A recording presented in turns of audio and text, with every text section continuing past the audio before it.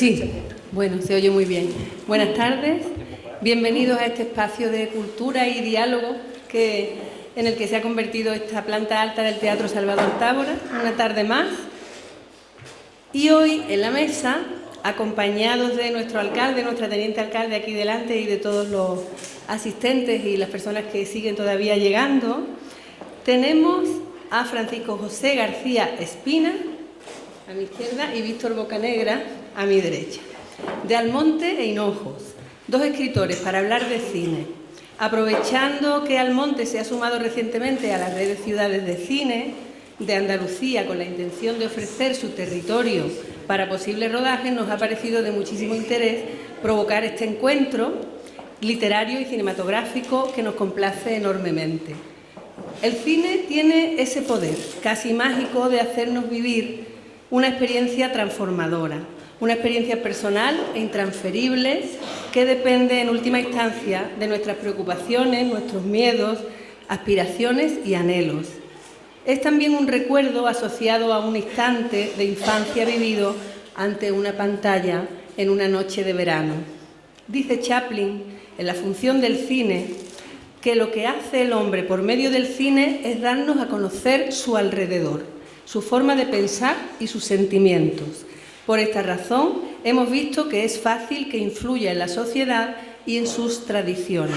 Nadie puede dejar de mostrarse sensible a aquello que, en la obra de arte, revela nociones clásicas de belleza y tradición. Reconoce en el cine una de las grandes formas del arte, la que mejor puede traducir el nuevo dinamismo de nuestro mundo moderno.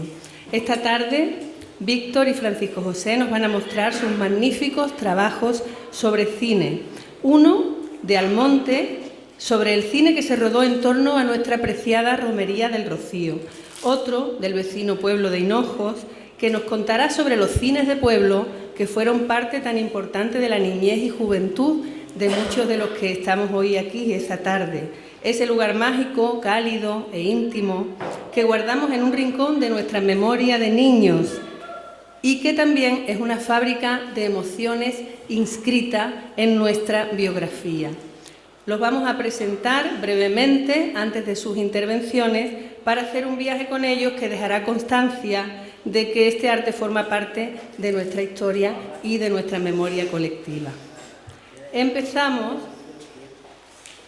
con Francisco José García Espina, nacido en Almonte en 1958, aunque afincado en Sevilla. García Espina es licenciado en Filosofía y Ciencias de la Educación en la sección de Psicología por la Universidad de Sevilla y trabaja en la imprenta provincial desde 1995. Aficionado al cine en general, investiga de manera especializada los trabajos audiovisuales existentes sobre la zona de Doñana y Almonte y ha publicado artículos como Un acercamiento a las principales aportaciones de la cinematografía al fenómeno rociero, revista Esboto 2014, o Gustavo Adolfo Bécquer, representaciones audiovisuales de su vida y obra en la revista Aldaba, revista de creación literaria y plástica, en 2013. Vamos a hablar un poquito solo sobre su libro, Mirada cinematográfica sobre la Romería del Rocío. Mirada cinematográfica sobre la Romería del Rocío es el primer libro de este autor y se fundamenta en una profunda investigación, fundamentalmente a través de hemerotecas digitales y otras fuentes, además del visionado de películas sobre la extensa producción audiovisual existente dedicada a la Romería del Rocío de Almonte. Se trata de un trabajo de investigación que abarca un amplio periodo histórico, desde los años 20 del pasado siglo hasta nuestros días, que publica la Diputación de Sevilla a través del Servicio de Archivo y Publicaciones de su área de Cultura y Ciudadanía. La circunstancia de nacer en Almonte explica y da sentido al objeto de su investigación, como es obvio, pues el autor considera pertinente vincular esta investigación con la ciudad y la provincia sevillana, dado que del examen de parte de la filmografía rociera se desprende una visión centrada en muchas ocasiones en la hermandad del barrio de Triana. Según García Espina, quien dedica un capítulo de su obra para argumentar esta relación del universo sevillano con la romería, ejemplificando la cuestión en diversos aspectos como la pintura, las artes gráficas, la literatura o la artesanía, Es una relación que ha podido contribuir al origen de una visión estereotipada, sintética y canónica de la romería y que se hace muy evidente en la filmografía examinada. Este trabajo forma parte de un proyecto de mayor amplitud, el estudio de la producción audiovisual, cinematográfica y televisiva realizada en el término municipal de Almonte. Trabajos audiovisuales que se han centrado en dos cuestiones muy definitorias de la identidad de los habitantes de este territorio.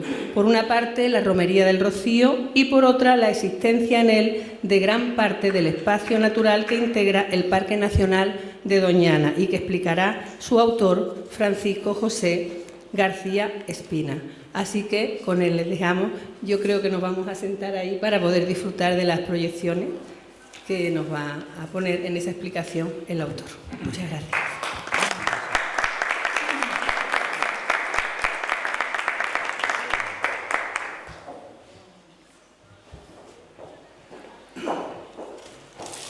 Bueno, buenas tardes. Muchas gracias a todos y a todas por estar aquí, para acompañarnos en esta tarde de cine, propiamente. Bien, muchas gracias al Ayuntamiento por posibilitarme esta presentación.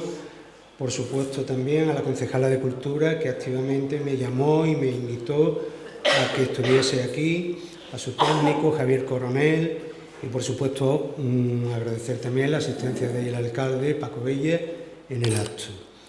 Esta invitación era un poco, entiendo yo, como arropar o a acompañar a lo que era el reciente, o lo que ha sido la reciente firma del convenio de este ayuntamiento con la Andalucía Film Commission. La Andalucía Film Commission es una entidad que posibilita, digamos, o facilita los rodajes en la zona donde se convenia con ella. Bien, este libro, por otra parte, habría que decir que no es nuevo, es de 2021, pero bueno, por razones múltiples no se ha presentado hasta ahora. En él hablo de la romería del Rocío y hablo de cine. A la romería del Rocío se han dedicado infinita cantidad de trabajo, muchos de ellos televisivos, cosas que pienso abordar en otra publicación. Aquí solo me ocupo de películas en general, cinematográficas.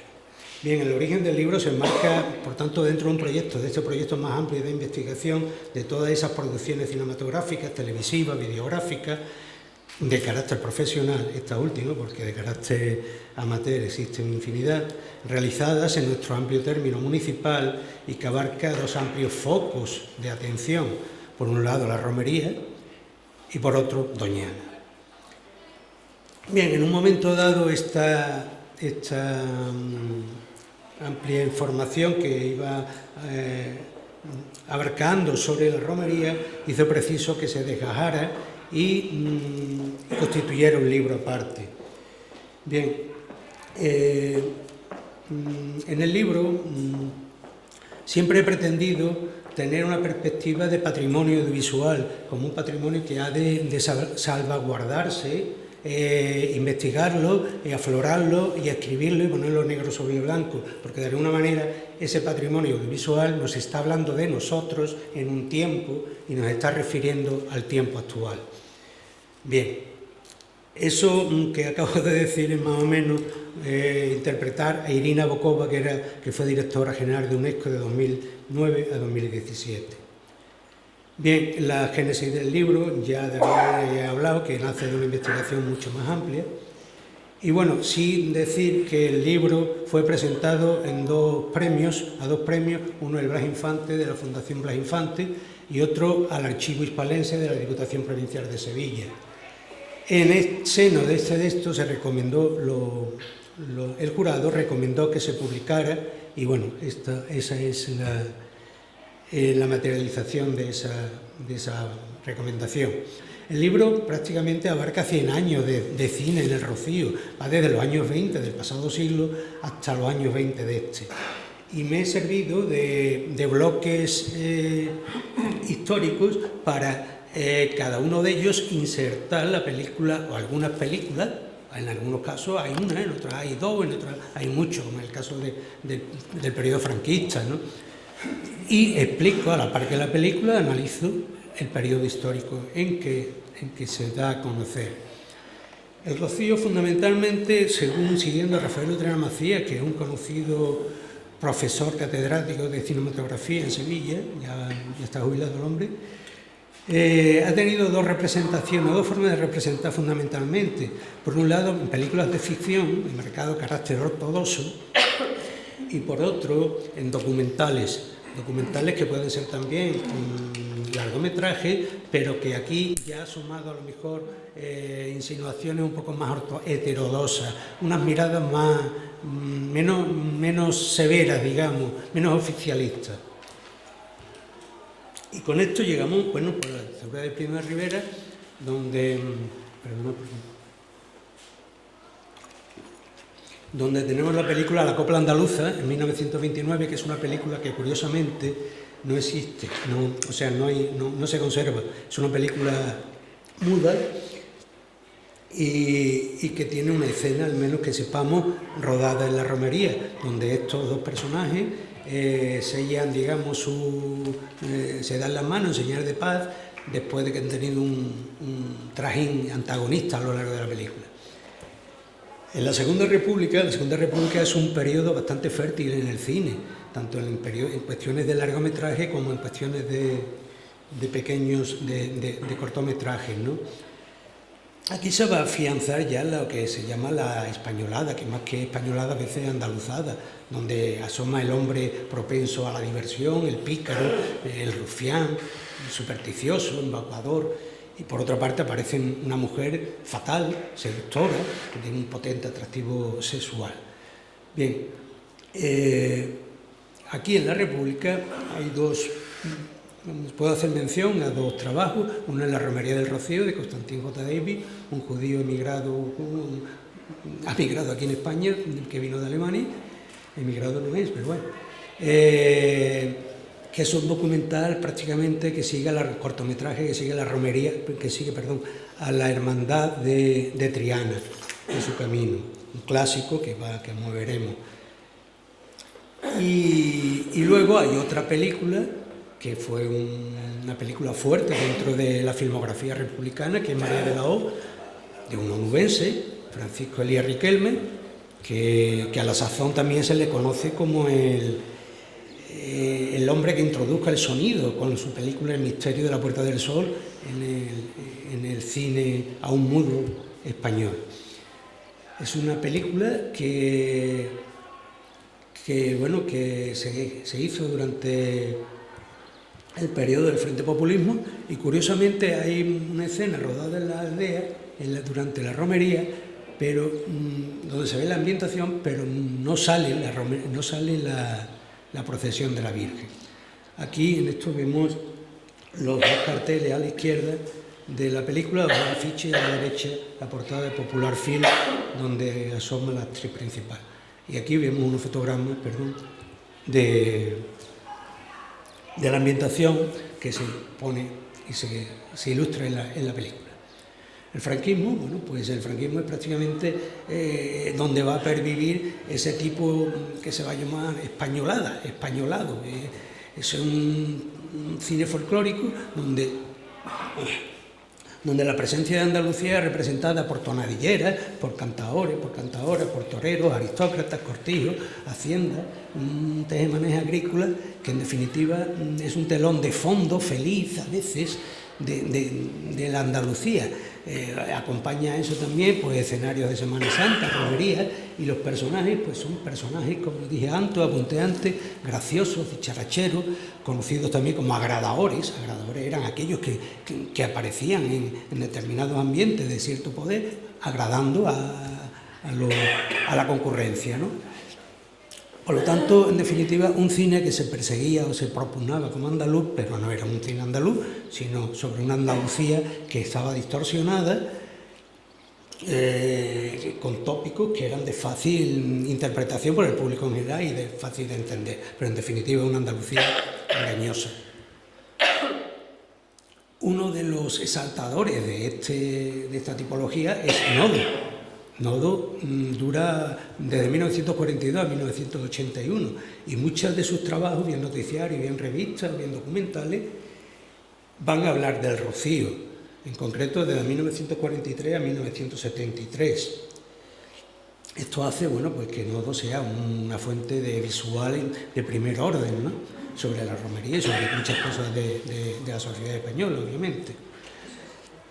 Pero también aquí en el franquismo va a producirse la trilogía, la adaptación en 3 películas, yo digo trilogía por eso, pero es una adaptación, la misma adaptación de la novela La Virgen del Rocío y Antrón Triana, una de las escasas novelas que versan sobre la romería. Y estos pues son La Blanca Paloma, de Clodio de la Torre, en el 42, sucedió en Sevilla, en el 54, de Gutiérrez Maeso, extremeño, y Camino del Rocío, de Rafael Gil, en 1966. Entre todas, hay una amplia horquilla de casi 25 años que nos permite hacer, pues, digamos, hablando arqueológicamente, como 3 catas sobre la romería en distintos momentos de su historia. Estas son las 3 carteleras de estas 3 películas. Otra película de aquella época, coetánea a la primera, La Blanca Paloma, y similar, en cuanto que tira de tópicos y tira también de tonadilleras, en este caso fue Paquita Rico, en las anteriores era Juanita Reina y Carmen Sevilla, pues esa película Rumbo. En el franquismo también se producen algunos documentales curiosos. Es el caso de España Insólita y del Eco de los Árboles. En ambos se hace una mirada que está alejada de ese tópico anterior y en ellas se subrayan lo diverso, lo extraño, lo extravagante, lo sórdido de la sociedad española. Son películas que tienen su interés. Aquí vemos fotogramas de la película España Insólita. Y aquí del Eco de los Árboles. Y bien, del franquismo pues saltamos al cine andaluz en la transición, y en la que vamos a destacar la película La Espuela, de Roberto Fandiño, que es una adaptación también de otra novela de Manuel Barrio. En ello, por lo que se visualiza, es la romería, pero como el escenario donde se va a desencadenar, digamos, el derrumbe social de un señorito andaluz. Aquí vemos algunos planos insertados en la película, y uno de ellos, curiosamente, pues aquí, este que señalo, es la salida de los protagonistas de la que era la antigua casa de Hermandad de Sanlúcar de Barrameda, en el Real. Y seguimos con la transición, con el documental Rocío, polémico, muy perseguido, muy cuestionado, pero bueno, que de él se llega a decir por especialistas del cine, como Enrique Colmena, que lo observa después de 3 décadas y dice que después de 3 décadas después de su estreno, que seguía siendo una lección de historia, aunque con un sesgo ideológico, eso es notable, muy de izquierdas, evidente, con una mirada valiosa y valiente. Aquí voy a seguir con unas fotografías que están presentes en la película, y lo que sirve en la película es como un montaje en paralelo de estos jóvenes de arriba que están alrededor de la Virgen, con estos señores ya de cierta edad, todos muy conocidos por gente que podemos estar aquí con una cierta edad, y que en ese momento trabajaban en Doñana, en el Parque Nacional, en labores de forestación y demás. Llegamos a otro de la transición, que es Rocío José, de Gonzalo García Pelayo, que es una historia un poco como una especie de documental, con un argumento muy débil, pero lo que trata es de subrayar las sensaciones que hay en el camino de 3 parejas de distintas edades en el camino de Triana al Rocío. Y aquí pues vemos una serie de fotogramas. Llegamos aquí a otra, que fue La Verdad del Rocío, de 1986, que fue propulsada por la propia Hermandad Matriz. Esto fue un poco en contraposición a la controvertida Rocío. Aquí vemos a las mujeres, las labores de preparar los arcos, y aquí del montaje, ¿no? Y llegamos ahora a un trabajo que es de un almonteño, de José Antonio de la Torre, Palabras que dicen Rocío, que también me está montado como una especie de documental, de falso documental, en el que narra la vuelta aquí a su tierra de un niño cuyos padres emigraron años atrás. Aquí vemos fotogramas y actuaciones musicales que también contenía. Y esta, que es La aldea perdida, de 2006, de Manuel Jiménez Núñez, en el que quizá por primera vez aparezca el traslado de la Virgen, pero de una manera larga y cinematográficamente tratado, ¿no? Y ahora este, que es del 12, de Campos Barba, Francisco de un Pileño, El rocío es compartir, otro acompañamiento a la Hermandad de Triana por su camino, en el que trata de demostrar ese aserto de que el rocío o el camino es compartir. Y llegamos a Rocío, Reina y Madre de Andalucía, una producción muy potente a nivel de imagen, y es un caleidoscopio, pongo yo aquí, histórico y devocional, con una portentosa fotografía.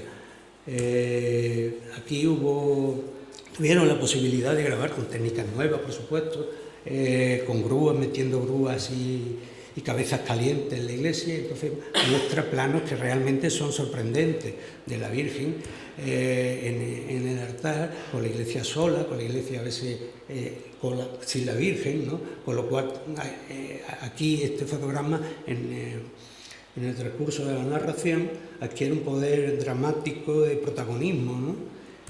En fin, muchos planos rodados en el interior, pues también hay muchos planos de caminos, etc. Y bueno, una vez examinadas las películas, a ver si me da tiempo de hablar un poco de una serie de apuntes que puede uno obtener al examinar toda esta filmografía. Por una parte son los apuntes urbanísticos. Esto es de 1962 y vemos una vista panorámica donde prácticamente tanto izquierda como derecha vemos que ya no hay nada, es decir, detrás del Calistán no hay nada, en ese sentido no hay nada. Aquí vemos el borde de la Cebuchal, como hoy está cambiado totalmente, ahí hay una serie de chozas que hoy no están, también está el fondo de casitas y populares, donde hay un hotel, en fin.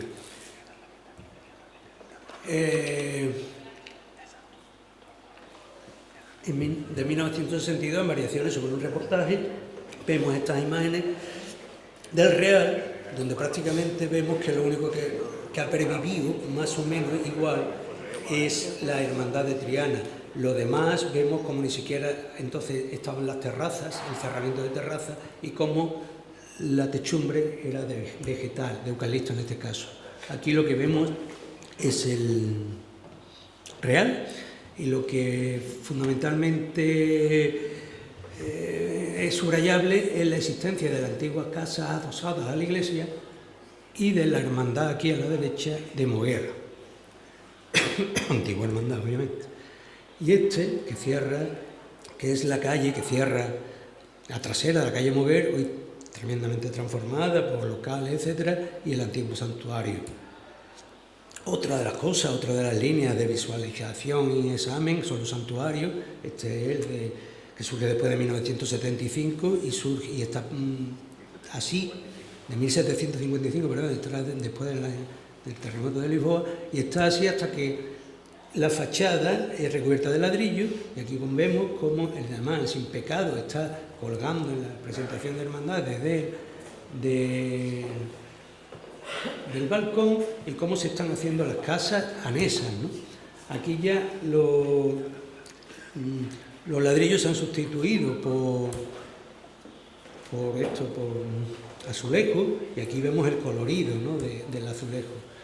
Aquí en el antiguo santuario vemos la Puerta del Sol, y aquí vemos pues las casas antiguas que estaban anexionadas al antiguo santuario, y una puerta que posiblemente era una puerta donde entraban caballerías para la hermandad. Y estos planos son muy curiosos, pero nos permiten ver la antigua ermita, o sea, la antigua ermita no, la ermita provisional, y cómo al lado está poniéndose la base de asentamiento de la futura, del actual santuario. En este lo que observamos es la capilla provisional y el desfile de hermandades, en esta la entrada y salida de esa capilla provisional y como ya asoma a la derecha el nuevo santuario. Y esta foto pues, es de alguna manera como nos muestra el largo camino que todavía existía desde el puente de la Jolí hasta las primeras casas del Rocío. Y al fondo vemos como ya luce la linterna del nuevo santuario. Este puede ser que sea la primera vez, imágenes de la primera vez que la Virgen sale o entra o sale del nuevo santuario. Es de 1970 y puede que el rodaje sea del año anterior. Y esto de la película de Ruiz Vergara, de Rocío, pues vemos la espadaña aún desnuda y aquí en esta pues el santuario tal cual aparece hoy. Y esto pues un poco el skyline que nos muestra un contraste de lo que es el campanario cuando el sol se está poniendo por la parte del barrio de las Gallinas conocido, ¿no? Los retablos, otra de las cuestiones que nos permite observar la película, en este caso este antiguo del antiguo santuario que fue atribuido a Francisco da Costa, este de ya en el nuevo santuario donde cuelgan estos cortinajes que estarán ahí hasta que aparezca el nuevo retablo. Este es prácticamente lo mismo, pero en el momento en que la Virgen va a ser bajada del altar, vemos ahí el popular alito, quitando la media luna de la Virgen. Y aquí vemos en el que este señor, Matías Acitón, carpintero del Monte, había contribuido a la realización de este retablo, en montaje y demás, y en esta película de Palabras que dice Rocío, pues hace una aparición ahí, en un retablo que ya está casi acabado. Otra de las cuestiones, que son rituales desaparecidos, pues fuegos. En esta vemos la procesión de la Virgen y aquí unos músicos que van delante. Yo no sé eso si era por una cuestión excepcional o porque era una cuestión costumbre. En este caso vemos a una comitiva en la que vemos un hermano mayor que fue conocido como Fernando el del Matadero, en lo que va el tamborilero, la comitiva presidencial y unos músicos detrás. Tampoco sé si eso era un acto de recibimiento de la hermana mayor del Monte o de saludo a las hermandades o iban camino de un acto, ¿no? De un acto propio, ¿no? Irregular. Otra de las cosas que hoy ya no es tanto posible es ver cómo la camarista, en este caso, con la puerta abierta de la iglesia y su hija, retocan la imagen y hay gente en la iglesia, ¿no? Incluso los hombres pues están reajustando los caballetes sobre los que el paso se posaba, no sé si sigue posándose, no sé. En este caso también, en ese momento de elevarse, pues también se ve gente del norte con este señor conocido como Villalón.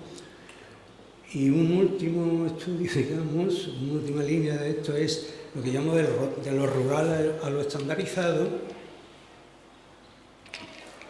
Y vengo a sostener que quizás hasta los 80 el Rocío había permanecido más o menos indemne de muchas cosas, urbanísticamente no había cambiado. A partir de los 80 pues surgen nuevos tiempos y surge la creación del Plan Romero, surge la construcción del Paseo Marismeño, etc. Y se introduce una dinámica ya cambiante en el Rocío. Aquí vemos como este borde de la marisma estaba entonces copado por casetas, por instalaciones, y eso, bueno, pues luego desapareció. Como veis, aquí se está construyendo la nueva iglesia.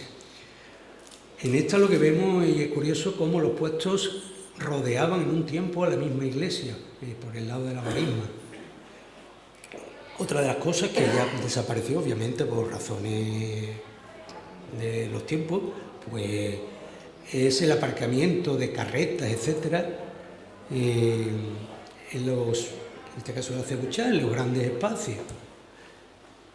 En este caso también se ve como la hermandad de Villamanrique está ahí colocada con una carreta antigua de madera y la Virgen está pasando, digamos, entre los pasillos hechos por esa acampada.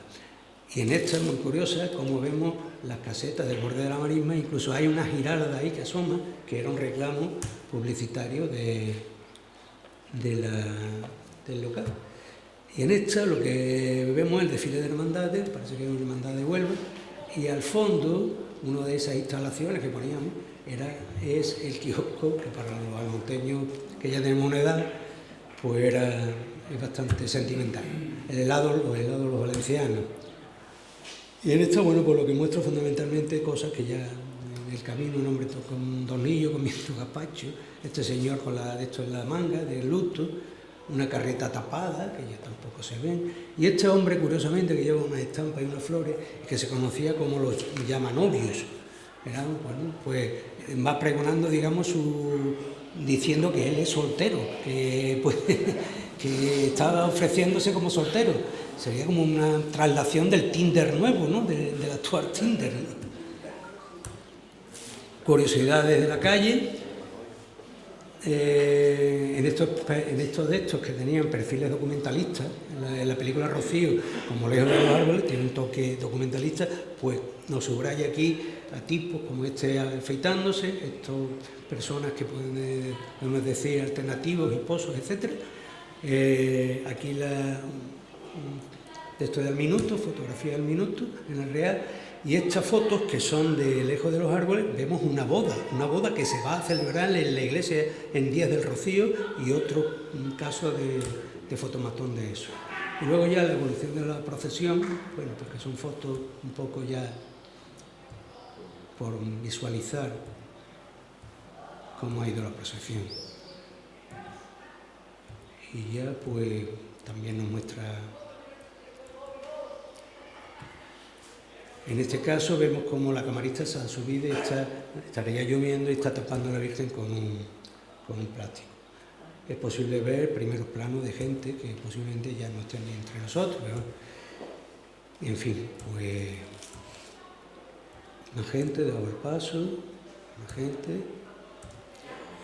En fin, pues como una declaración de intenciones, lo que uno ha querido aquí en definitiva es hacer un libro que habla del monte. Y del monte, es una romería que es suya y de su gente, y de cómo se ha ido forjando una especial vinculación y relación con su Virgen. Y ya pongo esto un poco como testimonio y como homenaje a una pantalla que a lo mejor pues alojó algunas de estas imágenes que están aquí en este libro. Y nada, hasta aquí lo que tengo que contaros. Muchas gracias.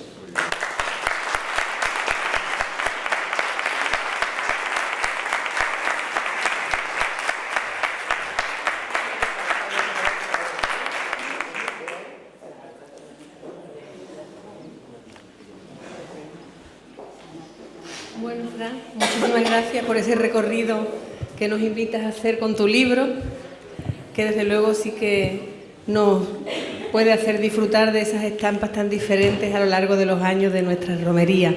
Será un placer leerlo. Por otro lado, vamos a invitar ahora a Víctor Bocanegra, natural de Hinojos, que realizó sus estudios primarios en las escuelas nacionales de dicha población, continuando los de bachillerato en Pilas. Los estudios universitarios los desarrolló en Zaragoza y Sevilla. En la universidad de esta última ciudad se licencia en Historia de América. Ha editado, prologado y anotado una obra poética, Carmelina, Cantos de amor y de dolor, y dos en prosa, El piñonero y Estampas hinojeras, de su abuelo Antonio Ceferino Bocanegra Guzmán. En otra editorial ha publicado relatos del Anaquel, Clara en su unión, novela, cuentos y relatos de la Bacería, y junto a María del Carmen Pérez Vidal, Cocine con nosotros, la cocina del entorno de Doñana y más allá. En la editorial Círculo Rojo, junto a otros 30 autores, ha publicado un libro de reflexiones sobre la pandemia, con Finaletra 2020, cuando el coronavirus Secuestró la primavera y Huelva, la ruta de las palabras, otra obra de carácter coral escrita junto a otros autores onubenses. Sobre el libro Cines de Pueblo, Origen, Auge y Ocaso, se trata de un libro en el que su escritor realiza un minucioso estudio de la época dorada del cine en los diferentes municipios de la comarca del Condado, el Aljarafe, Huelva y Sevilla capital. Un ensayo en el que también se mencionan diferentes lugares de nuestra provincia que sirvieron de escenario para películas de renombre en el ámbito cinematográfico.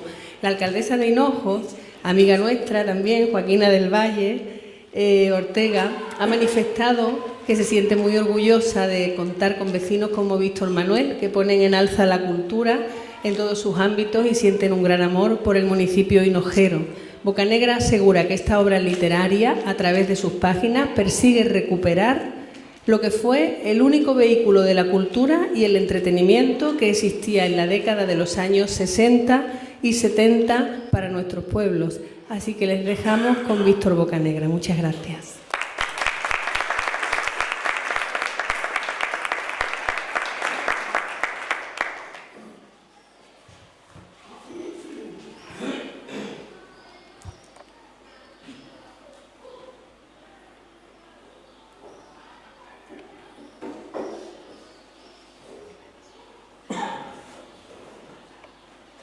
Buenas tardes, bienvenidos todos a esta planta alta del Teatro Salvador Tábora, en este magnífico complejo de la Ciudad de la Cultura de Almonte. Bienvenida a todos los paisanos, almonteños, boyulleros, pileños, aquí hay gente de muchos sitios, de Hinojos también, claro está, y por supuesto al señor alcalde que nos acompaña. Comentarles que agradezco sinceramente a Pepa Faraco la excelente presentación que ha hecho de Fran García Espina y la mía, y a Fran le quiero felicitar porque luego espero que intercambiemos libros, Fran, tú y yo, porque me parece muy interesante y estos libros se tocan de alguna manera, aunque no son exactamente, no se ocupan exactamente de lo mismo. Sin más dilación, me van a permitir que comience con una retórica pregunta que yo mismo me voy a contestar, ¿verdad? Y esa pregunta es bien sencilla. En 129 años de vida que tiene el cine, 1895 hasta 2024, que es donde estamos ahora mismo, ¿cuántas películas se han filmado? ¿O cuántas hemos visto nosotros, por ejemplo? Serían estas dos preguntas. Vamos a ver, lo primero, según el Internet Movie Database, se calcula que se han hecho entre 725.000 películas desde que se origina el cine con los hermanos Lumière en 1895 hasta el actual año 2024. Por lo tanto, muchas películas son esas. ¿Y cuántas hemos visto nosotros? Pues la verdad que la respuesta es relativamente fácil, no lo podemos saber, pero yo he hecho mis números, Yo me he ido a mi niñez y he calculado 10 años de esa niñez y he podido calcular que en esos 10 años, teniendo en cuenta que mi padre era el empresario del cine Victoria de Hinojos, tenía el cine de invierno y el cine de verano, yo podía estar viendo, imagínense ustedes, 52 semanas tiene el año, pongamos 3 o 4 películas a la semana, multipliquen por 52 y le sale aproximadamente 150 y 200 películas. Obviamente todas no las vería, pero desde luego 130, 150 sí que podía verlas al cabo del año. Multipliquen luego por 10 y nos iríamos a 1.300, 1.500 películas que yo pude ver en esos 10 años de mi niñez. Obviamente, después seguí viendo cine en el cine, en lo que se llamaba el cine, el salón de cine, salón de planta, que es como se llamaba técnicamente un cine de invierno, o salón de verano, o sala de verano, que es como se llamaba al otro, al descubierto. Y, por supuesto, en los distintos formatos, en el formato vídeo, en el formato vídeo comunitario, televisión, no olvidemos también a la televisión, donde también se ve mucho cine, etcétera, etcétera, etcétera. En la mente de todos nosotros hay una serie de películas que le caben el marchamo de ser extraordinarias y que tienen un lugar privilegiado en nuestra cabeza. ¿A qué películas me refiero? Yo, obviamente, cada uno tiene un gusto. Yo les voy a citar unas pocas películas de una serie de directores que son verdaderos genios de la dirección cinematográfica. Por ejemplo, La heredera, o, por ejemplo, El crepúsculo de los dioses, O, siguiendo con el mismo director, aún no he cambiado de director, Cumbres borrascosas. Otra película maravillosa, para mí una de las mejores películas que se han hecho, los mejores años de nuestra vida. Hablo del gran director William Wyler. Wyler, un magnífico director, según otro gran director, Billy Wilder, el mejor director que ha habido. A lo mejor es un piropo excesivo por parte de un genio a otro genio, ambos oscarizados hasta decir basta. Coleccionan los Oscar como otra gente colecciona pipas, ¿de acuerdo? Esta gente han hecho películas que tienen en nuestra memoria un lugar privilegiado. Luego hay otra serie de películas que han permitido que nosotros pasemos el tiempo en el cine, digamos que podamos pasar el tiempo en el cine una especie de pasarrata. Víctor, sí. acércate al micro, la cámara no te escucha. Vale, pues ahora iba a hacer esto. Si esto molesta, me avisan, ¿verdad? Porque no me puedo resistir. Yo soy un cinéfilo, no soy un experto en cine, soy un amante del cine y desde luego soy también lo que se llamaría un melómano. Un melómano. ¿Reconocen esta banda sonora? Max Steiner, Lo que el viento se llevó. Lo que el viento se llevó. Bien, pues las películas estas que son de pasatiempo son películas que algunas tienen el carácter de haber llegado a ser clásicos. Estoy pensando en las obras de Lucas, La Guerra de las Galaxias. Algunas películas de Spielberg, cuando inicia la saga famosa de este hombre de Indiana Jones, mismamente J.K. Rowling con su famoso Harry Potter, las películas de Potter, son películas que nos pueden hacer pasar el tiempo, nos distraen, no le damos a veces la importancia que podrían merecer, y otras son desechables y por tanto olvidables, películas que las hemos olvidado porque son auténticos petardos, ¿de acuerdo? Yo me reconozco que aprendí muchísimo en el cine. Para mí fue mucho más que un pasatiempo, fue mucho más que un divertimento. Para mí el cine fue algo verdaderamente increíble. A mí el cine me formó, me pulió. Yo creo que incluso aprendí a amar en el cine. Incluso yo sentí mis primeras pulsiones en este ámbito con una edad en la que yo creía ser un hombre cuando estaba todavía muy lejos de ser realmente eso, un hombre, ¿de acuerdo? Cosa que nos ha pasado a muchos. Realmente en el cine hemos descubierto muchas cosas. Hemos dado probablemente un primer beso, si no el primero, el segundo, pero desde luego las primeras caricias, los besos han tenido al cine como escenario fundamentalmente en nuestras vidas. Decía yo que acepto como una verdad incontrovertible que el cine para mí ha sido fundamental. Y les voy a poner un ejemplo. En aquella época, cuando yo era un niño, tenía 9, 10 años, se leía muy poco. Leíamos cuando teníamos gripe, cuando estábamos malos, leíamos un cuentecito y demás. Lo que leíamos era aritmética, matemática, lengua española, este tipo de cosas. Leíamos los cuadernos de Rubio. Yo soy de la generación de la enciclopedia Álvarez, primer grado, segundo grado, tercer grado, y antes de ellos teníamos el famoso libro o los famosos cuadernos de Rubio para las matemáticas, que todavía se utilizan, por cierto. Decirles que en esa época se leía poco, entre otras cosas porque no había libro, y yo era en este sentido privilegiado. Yo leía cuando no se solía leer, leía Hamlet indebidamente porque no tenía edad para ello, tuve que leer Hamlet cuando ya tuve otra edad, o leía, por ejemplo, Robinson Crusoe de Defoe. ¿Por qué? Porque mi abuelo tenía libros en casa. No sé si recuerdan aquella famosa colección de libros de radio y televisión española, la tenía mi abuelo, yo leía esos libros.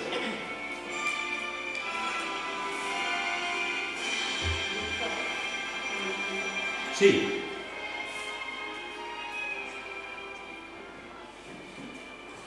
Esto es los 10 mandamientos. Elmer Bernstein es el músico de esta cinta. Decía que se leía poco. Yo leía, por esto que les digo de mi abuelo, cuyo hermano vivía aquí en Almonte. Yo tengo una rama familiar de Bocanegras que son de aquí de Almonte, que son primos hermanos de mi padre. Decía que cuando yo hice ingreso Antaño había que hacer ingreso para iniciar el bachillerato, para ir a primero de bachillerato.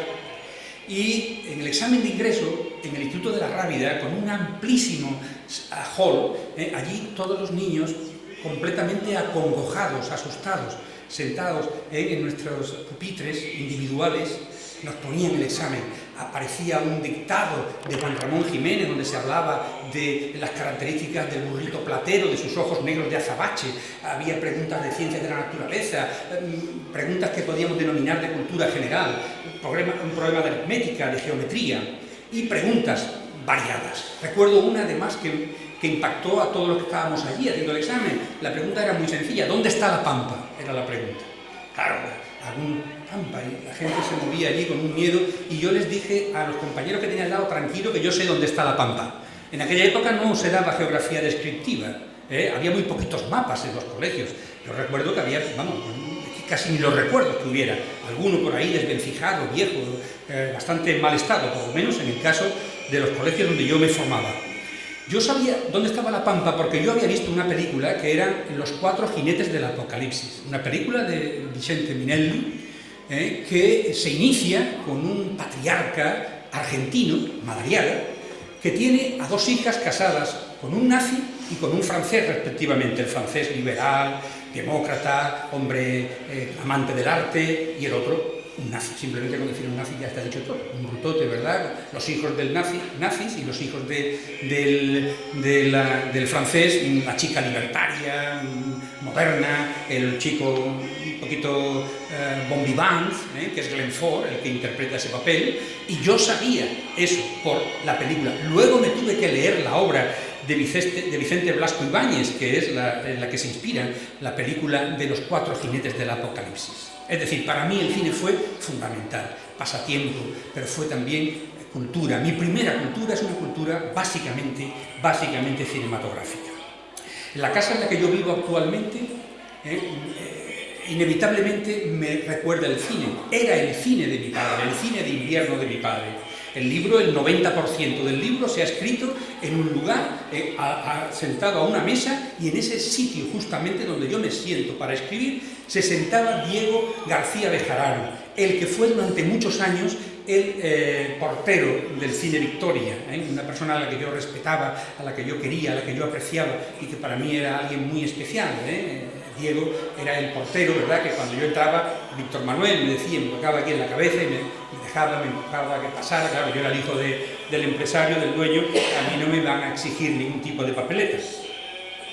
Luego el resto lo he escrito en Huelva, lo he escrito en Punta Umbría, lo he escrito en lugares muy diversos, en algunos paradores como Alarcón, como San Estevo, en Orense, incluso en el Mediterráneo, entre las islas de Rode y Corfú, y finalmente, antes de llevarlo a imprenta y decir el ok para que ya pudieran imprimir, la última corrección la hice entre Cádiz, de Cádiz a Casablanca, a Funchal y a Las Palmas de Gran Canaria. Y ahí ya le dije al editor, adelante, ya se pueden ustedes poner a imprimir. Por este libro pasa gente muy variada. Pasa, por ejemplo, Francisco Elías Riquelme, que nos lo ha nombrado aquí Fran antes, alguien muy importante, un onubense, que es el primero que nos ha dejado una película sonora, 1930, como él bien decía, El misterio de la Puerta del Sol. Hay una anterior que es una trilogía, un nombre con tres, Fútbol, Toros y no sé qué cosa más, de Florian Rey, que se perdió inexplicablemente y se estrenó antes que esta que digo, pero la primera película sonora española que se conserva es la de Francisco Elías Riquelme, onubense. Hay un ecijano, un sevillano, Fernando López Heptener, que hizo importantísimos documentales en la prehistoria del cine español sobre las obras hidráulicas de nuestro país, de mucho interés científico. Y hay también finalmente un personaje curioso, Norberto Soliño, un gallego recriado en Cuba que estudia en Estados Unidos y entra en contacto con el cine norteamericano, primero con el cine mudo y luego con el cine sonoro. Regresa a Cuba, en Cuba es representante de una gran productora española, la gran productora española de los años 30-40, Cifesa, seguro que les suena a ustedes, Cifesa, y luego va a contactar con gente, con productora alemana, ya estamos en la época en que ha terminado la guerra civil, o incluso durante la guerra civil, y en Alemania se ha producido el ascenso del fascismo en la variante nazi, ¿no? Y entonces este Soliño entra en contacto con la UFA, que es la gran productora de la Alemania nazi, y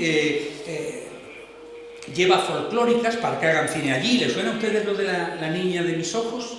Que representa ese momento histórico. Bueno, pues eso, este Soliño está por ahí en medio. Este Soliño también es un personaje curioso. ¿Por qué lo cito aquí? Porque se casa con una mujer de Trigueros, con una triguereña. Y entonces este hombre pasa temporadas en Triguero, finalmente el matrimonio acaba en Madrid, muriendo. Ella es también actriz, Manolita Morán se llama ella, una chica por lo visto no de mucha altura, pero muy linda, con una cara muy pispireta, unos ojos muy expresivos. Y este hombre se vincula con gente que produce películas tan conocidas como, bueno, conocidas, hoy día la ve uno y ve que es una película mala. Yo cuando la vi de pequeño lloraba a raudales. Fray Escoba.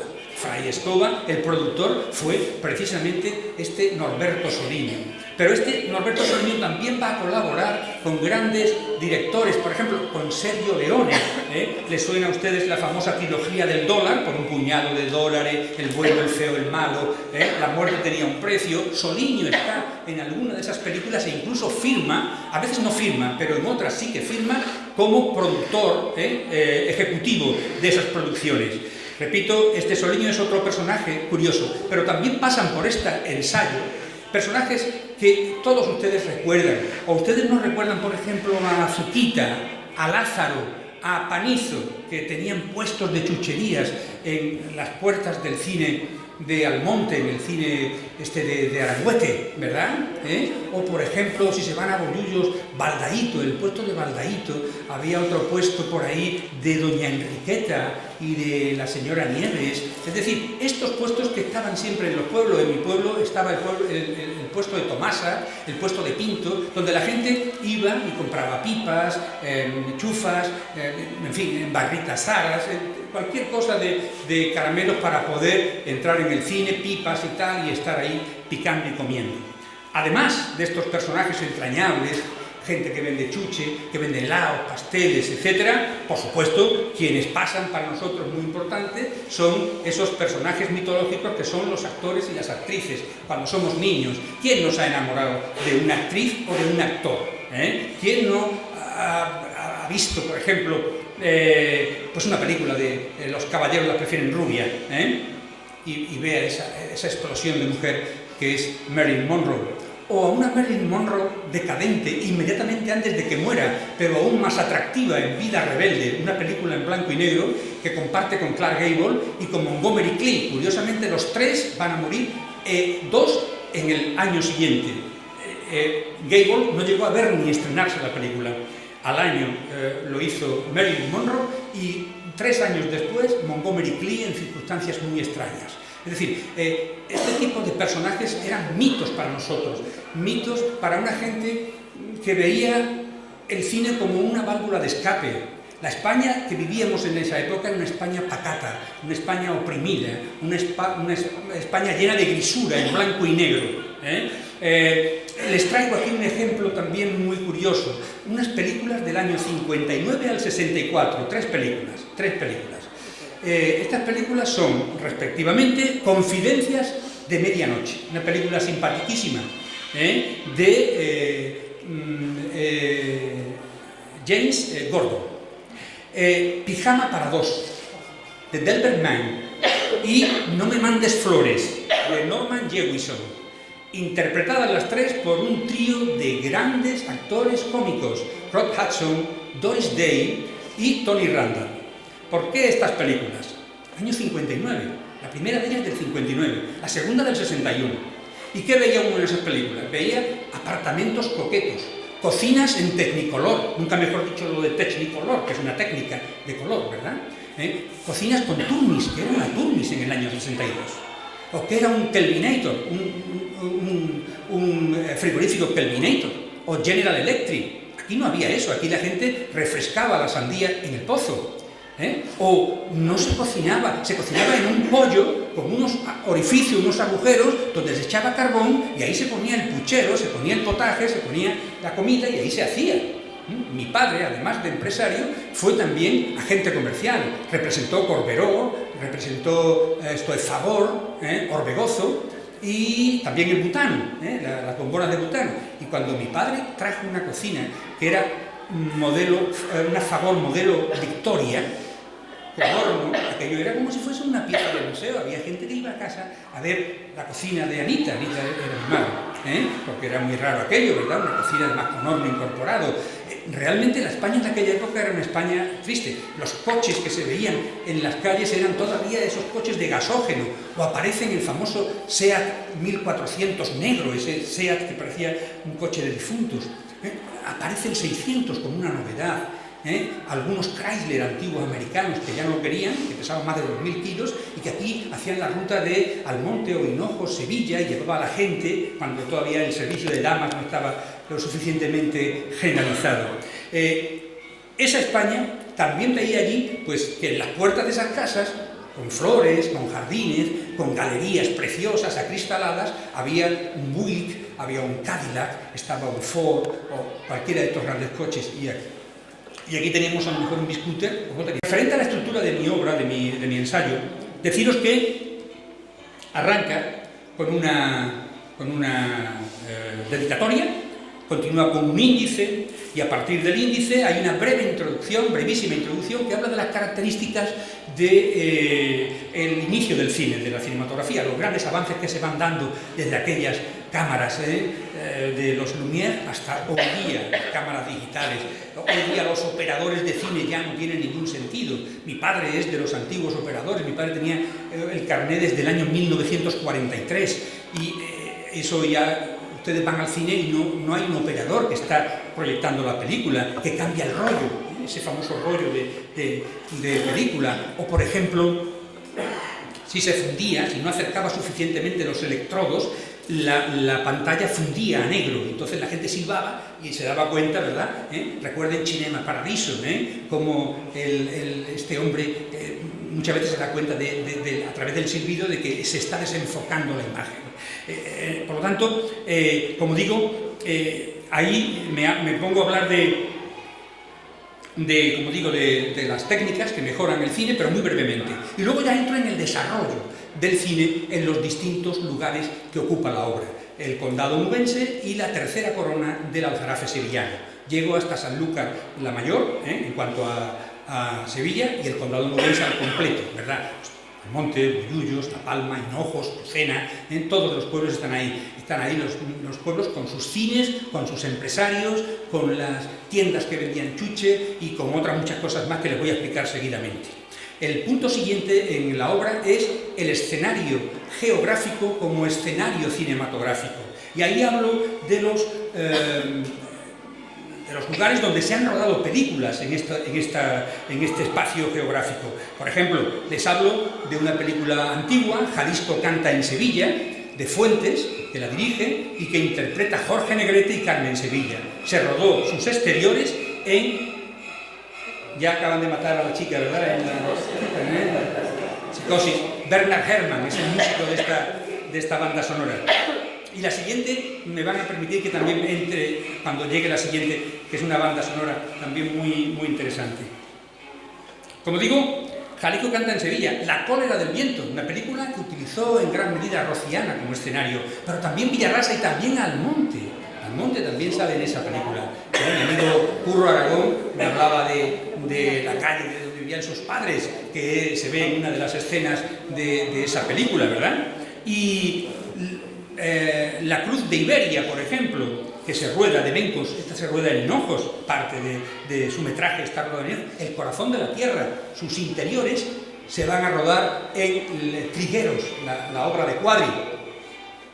Max Steiner, otra vez, el músico de origen austriaco. Fíjense, les he dicho Max Steiner. Miklos Rosa, el que hace la música de Ben-Hur, por ejemplo, que también ha sonado por ahí. O Billy Wilder, el gran director del Apartamento, o del Crepúsculo de los Dioses. O William Wyler. Cine americano, pero cine americano hecho por europeos. Todos esos son europeos. Son austriacos, bielorrusos, de origen polaco, de origen alemán, que tuvieron que irse huyendo de Europa cuando se produce la efervescencia del fascismo europeo y acaban en Estados Unidos, primero en la zona de Nueva York y luego huyendo de Edison, que acaparaba el control del cinematógrafo en Estados Unidos, se fueron a una zona alejada, semidesértica, que no sabía nadie dónde estaba, algo así como California y algo así como Los Ángeles, y ahí es donde surge ese mundo de las grandes compañías, de la Warner Bros., de la Metro-Goldwyn-Mayer, de la RKO, de las grandes productoras norteamericanas, de las que también hablo en el libro. Con esta música me enamoré yo por primera vez de una actriz, Connie Stevens, Susan Slade, es esa película. La película no es que sea muy buena, pero era una chica encantadora, rubia, con unos ojos llenos de vida. Y yo cuando vi a aquella mujer allí, digo, esta mujer, esto es lo que yo quiero como mujer. No sabía que yo lo que realmente quería como mujer es a la mía. La tengo ahí sentada a mi izquierda, que se llama María del Carmen, pero bueno, en aquella época uno no sabía todavía lo que es lo bueno.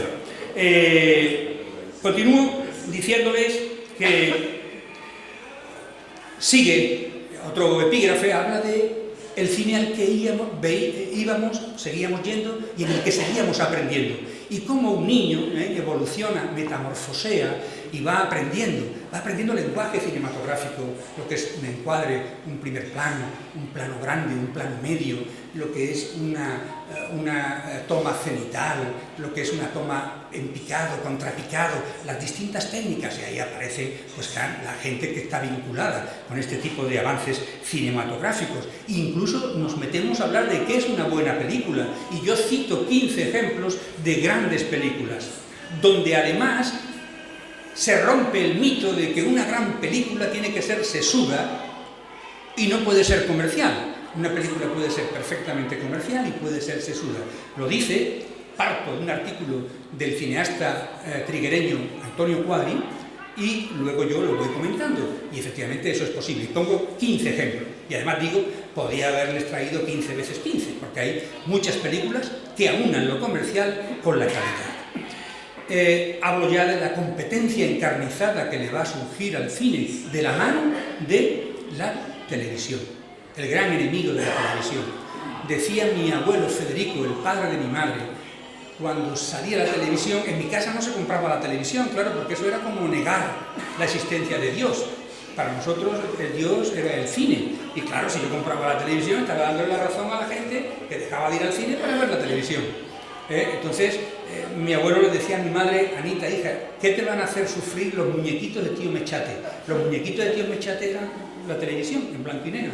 Y el pobre pues sí que tenía sentido en lo que decía, porque realmente mi padre con el cine acabó arruinándose literalmente, ¿verdad? Porque aquello era antieconómico, mucho más cuando un pueblo como el mío, 3.000 habitantes tenía en aquella época. Por ejemplo, Almonte tiene ahora 25.000, pero en el año 1970 y tal no eran tantos, pero aquí había 2 cines como mucho. La competencia era Pepe Coronel, por ejemplo, la familia de Arangüete, que también fue socio de Díaz Leal durante un poco de tiempo, y luego finalmente Arangüete y Arangüete Cortés, el hijo de él, ¿de acuerdo? Que también explotó cines en Rociana, el cine Delicias y el cine Socorro, y también durante un año el cine Avenida en Bollullos, uno de los grandes cines de Bollullos, en la Avenida y en España.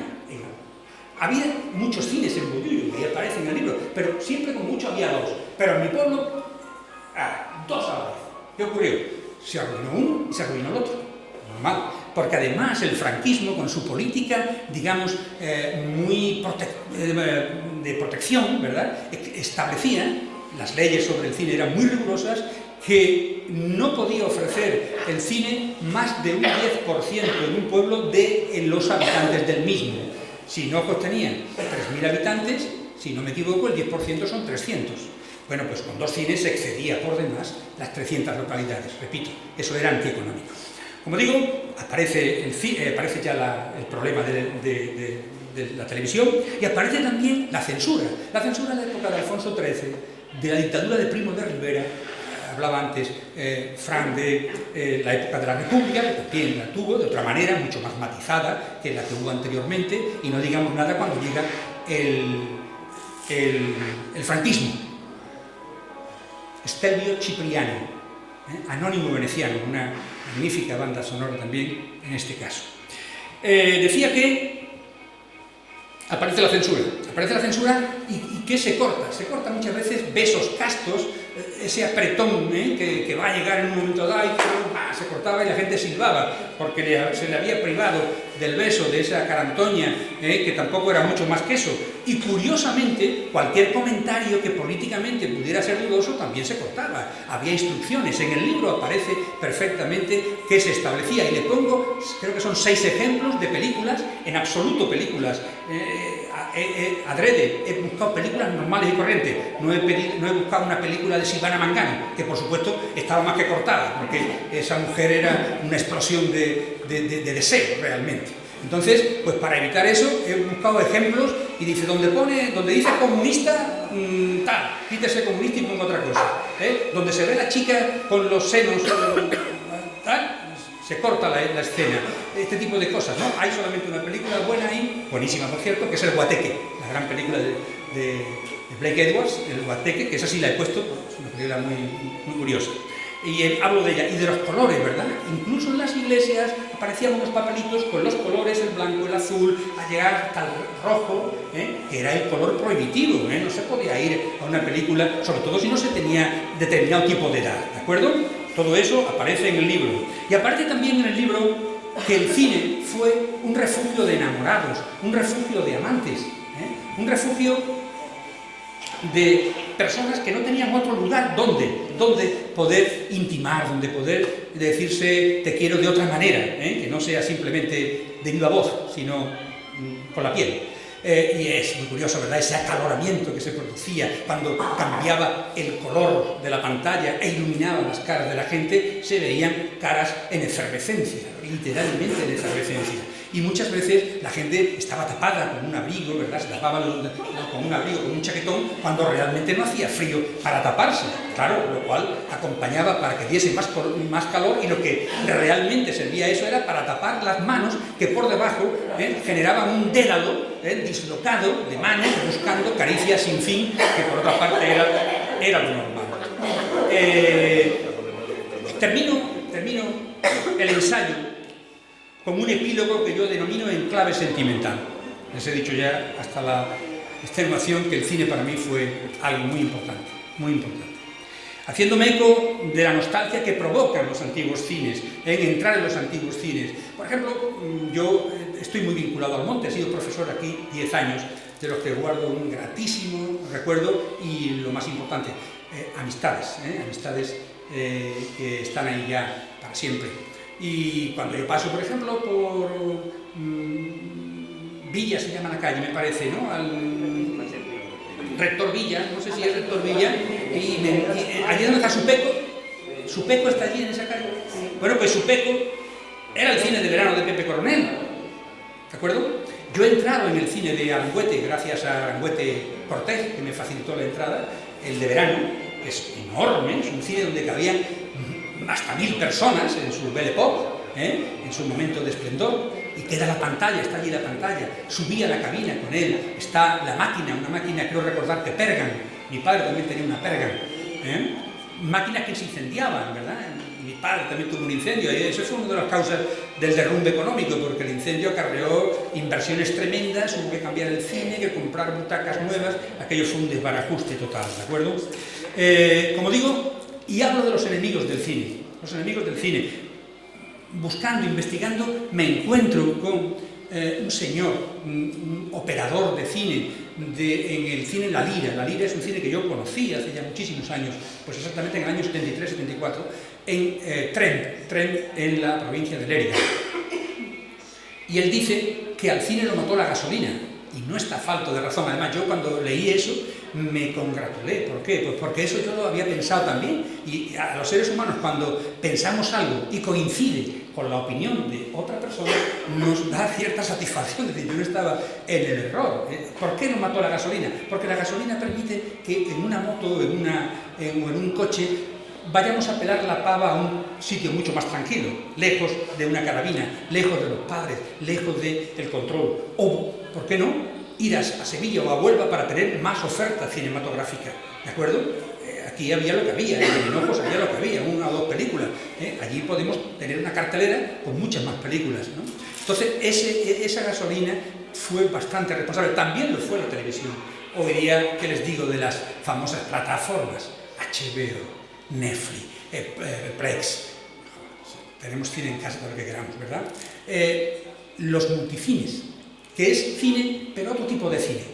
A mí no me engaña el multicine. Yo llego a un multicine y sigo yendo, pero allí lo que yo huelo es a palomita de maíz, a asepsia, porque aquello parece muchas veces un hospital. Hombre, la limpieza está bien, pero no está al nivel de que te esté dando en la nariz. Huele a palomita, a refresco de cola. En los cines antiguos aquello era distinto, incluso a veces había hasta orinas. No sé si alguien, ¿verdad? La gente, los niños, orinaban, y no tan niños. Y como la famosa poesía, aquello de Madrid, que era el rompiente de muchos lugares, el antepecho del cine era el rompiente de muchas orinas, de gente que evacuaba, ¿verdad?, miccionaba y se desahogaba. Como digo, entrar en un cine de estos te da una melancolía extraordinaria. A mí me la produce. Yo he entrado, como digo, en distintos cines de verano de la provincia de Huelva y de la provincia de Sevilla. He entrado, por ejemplo, en el cine de Beas, en el Clarines. He entrado en otros cines, repito, y te produce nostalgia, te produce melancolía en estado puro, y te transporta de alguna manera a esos personajes que pueblan ese regalo que nos hizo en 1988 Giuseppe Tornatore. Está sonando el tema de amor de Cinema Paradiso, obra de Ennio Morricone y Andrea Morricone. Este tema final también lo compone su hijo Andrea, que es otro gran músico. Y realmente uno pues se acuerda de Alfredo, ese operador que es el auténtico Pigmalión, que va a formar la mente de ese niño Totó, que está envenenado por el cine y que se va a convertir en un afamado cineasta. Y también aparece por ahí ese padre Adelfio, con sotana y campanilla, que es el que se encarga de decir dónde hay que cortar, ¿verdad? Siempre que aparecía un beso. Luego se le escapaban otras cosas, por ejemplo, Bardem, el gran Juan Antonio Bardem, o el gran García Berlanga, hacían películas que eran corrosivas, que eran críticas con el régimen de Franco, y pasaba la censura, porque bienvenido Mr. Marcha, bueno, pues esto ¿qué es? O Los Jueves Milagro, que es una crítica a la religiosidad pacata de la España de aquella época. Pues eso pasaba inadvertido, buscaban lo político, eso es en lo que se fijaban. María también, María aparece la madre de Totó, ¿verdad? María, esa mujer sufrida, silente, viuda de guerra de la Segunda Guerra Mundial. En fin, una galería de inolvidables personajes. Cierra el ensayo los agradecimientos y la bibliografía que he trabajado para hacer este ensayo. Por supuesto, en agradecimiento tengo que agradecer a mucha gente, ¿verdad? Por ejemplo, aquí a mi amigo Juanma Conde, que he visto su magnífica presentación de hace unos días, aquí, gracias a no sé qué cosa, que me ha dicho antes por ahí Pepa Faraco, que yo estaba muy lejos de aquí, estaba en Cataluña, pero me cargué 1 hora y pico, ¿verdad? Digo, era toda esta gente, me van a cansar. No me cansé en absoluto. Me pareció una presentación muy inteligente por parte de toda la gente que intervino, Rocío, Suárez y, por supuesto, mi gran amigo Juanma. Curro también me ha iluminado, me ha dicho cosas sobre ciertas cuestiones que me interesaban sobre el cine. Un hombre que me presentó Juanma, Guitar, Auden, Luis Guitar. Auden es, ¿no? Luis No Guitar lleva Auden. tilde en la E, ¿verdad? Guitar Auden. ¿Pero es Auden o Auden?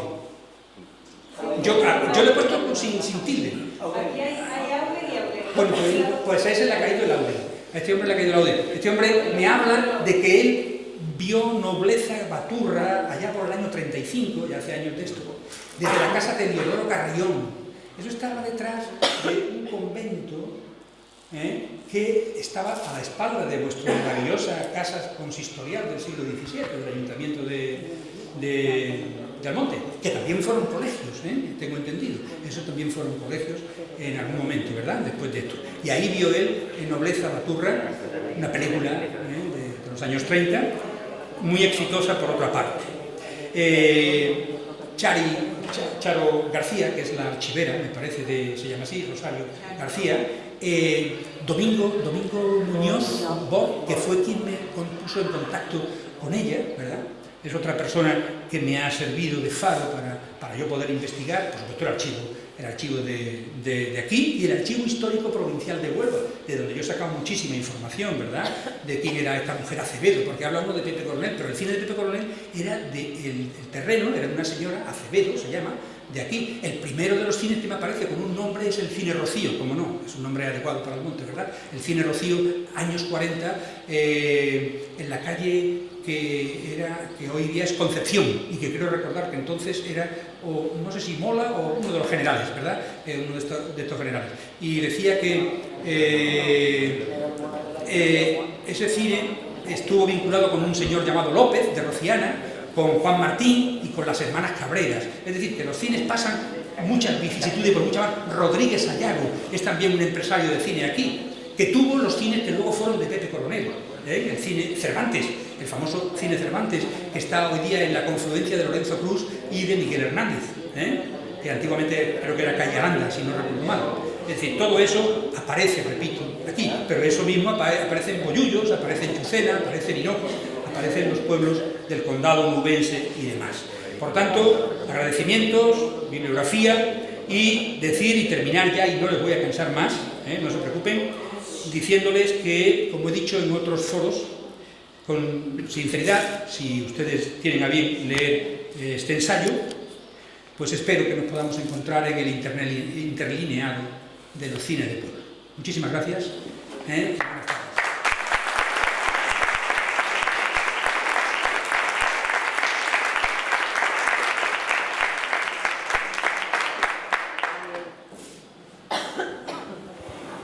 Bueno, pues no sé si después de estas dos magníficas presentaciones alguien quiere hacer alguna pregunta, aprovechar que están aquí los dos autores todavía.